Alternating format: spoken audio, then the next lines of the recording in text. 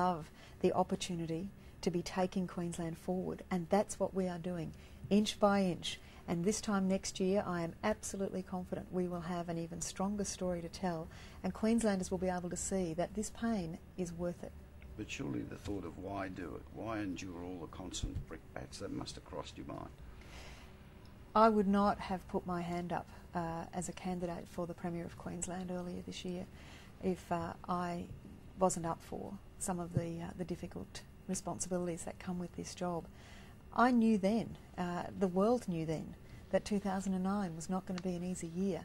I don't think people elect their premiers to make easy decisions. They elect them to make the right ones, and they want them to be up for it even when it's tough. So there'd be no fear, no trepidation of hanging on in there? I'm looking forward to 2010. No, but no fear, no trepidation over the last few months? I've worked very hard in this year to work through all the pros and cons of the decisions that confronted us, and they were not easy.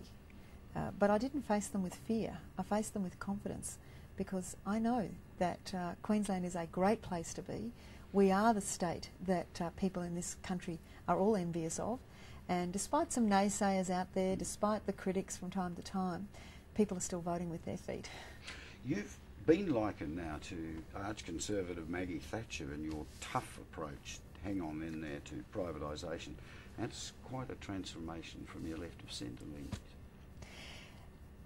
When the times call upon you to make the big decisions in these jobs, you have to be up to the requirements of the times. And, you know, I would love to have served Queensland in the easy times, but that's not what history's dealt. What history dealt me was some of the toughest of times. But in the middle of all of that, we've also got on with some really important things for Queensland. We've improved our literacy and numeracy rates. That is important for the children of Queensland now and well into their future. We have reduced our elective and emergency surgery waiting times. Very important for Queenslanders. But we're also dealing with some, I think, some cutting-edge social issues. The decriminalisation of surrogacy, our decision to put a preamble into our constitution that will recognise Aboriginal and Torres Strait Islander peoples for the first time. All of these are about a modern Queensland, and being part of it for all of us, I think, is an exciting time. Do you draw any inspiration from Thatcher's tough approach? No.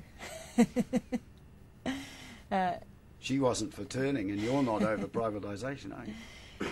Look, when I look around the world, the people who have made the biggest impacts on the places that they had the honour of leading are those that got through war times, got through depressions, and those that did it with bold and courageous decisions that weren't always popular when they were in the middle of it.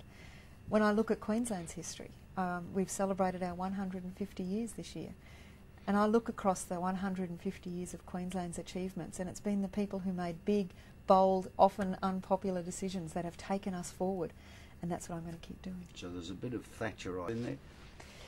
When you sit in this chair at this desk, you need steel in your backbone, but you need a compassionate heart. And I think that's the combination that being Premier of Queensland needs. Have you become a liability? When we go into 2010, the challenge for me and for our government is to be out there talking with people about how we want to take Queensland forward. We've got some big ideas, we've got an unfinished agenda, and I want to share that with the people of Queensland. What do you say to those inside the party that say you have become a liability now? What I have is a very strong and united team.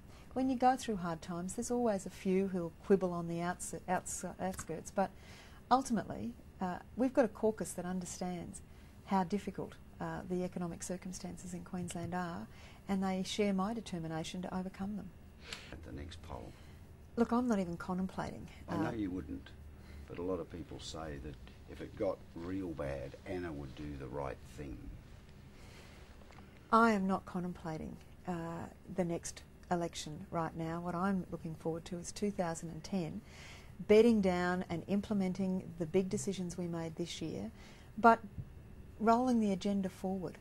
We've got some big ideas for 2010, and I'm looking forward to working with Queenslanders to take us into the next stage of our transformation.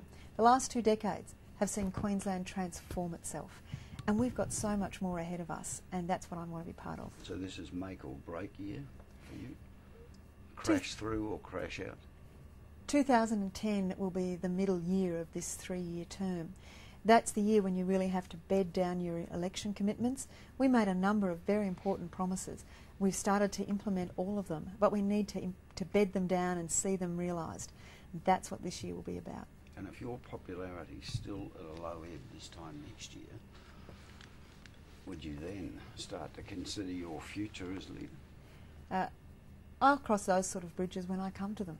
What my job is to be thinking about the jobs of Queenslanders. There are still people out there who are either unemployed and unable to get a job or facing the prospect of unemployment. That is what drives me. That's why I want to create an LNG industry to grow jobs. That's why I want to keep the building program going, to keep jobs. That's why I want to make the decisions that matter to make sure that Queenslanders are able to have the jobs that give them security for their families. Premier, thanks. Thank you. Thank you. Fine.